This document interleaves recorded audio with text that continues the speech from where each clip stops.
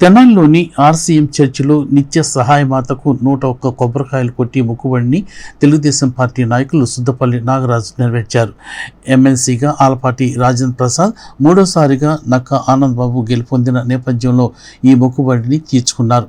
మాజీ ఉప ప్రధాని జగజ్జీవన్ రావు జయంతి సందర్భంగా ఆయన విగ్రహానికి, అదేవిధంగా డాక్టర్ బిఆర్ అంబేద్కర్ విగ్రహాలకు పూలమాలవేసి నాయకులు నివాళులు అర్పించారు.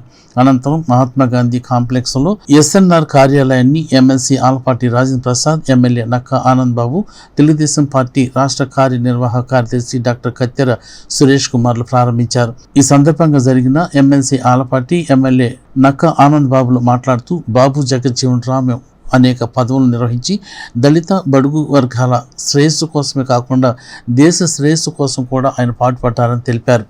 డాక్టర్ బిఆర్ అంబేద్కర్ రాజ్యాంగాన్ని రచిస్తే బాబు జగజ్జీవన్ రామ్ వాటిని అమలు చేశారని కొనియాడారు.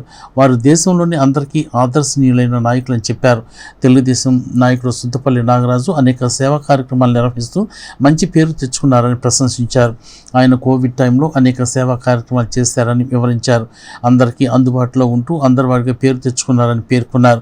బీసీ సంక్షేమ సంఘం రాష్ట్ర అధ్యక్షులు కేశవ శంకర్రావు మాట్లాడుతూ, మంచికి మారుపేరుగా అందరికీ అందుబాటులో ఉంటూ మంచి కార్యక్రమాలు చేస్తున్న నాగరాజు అభినందనీయుడని పేర్కొన్నారు.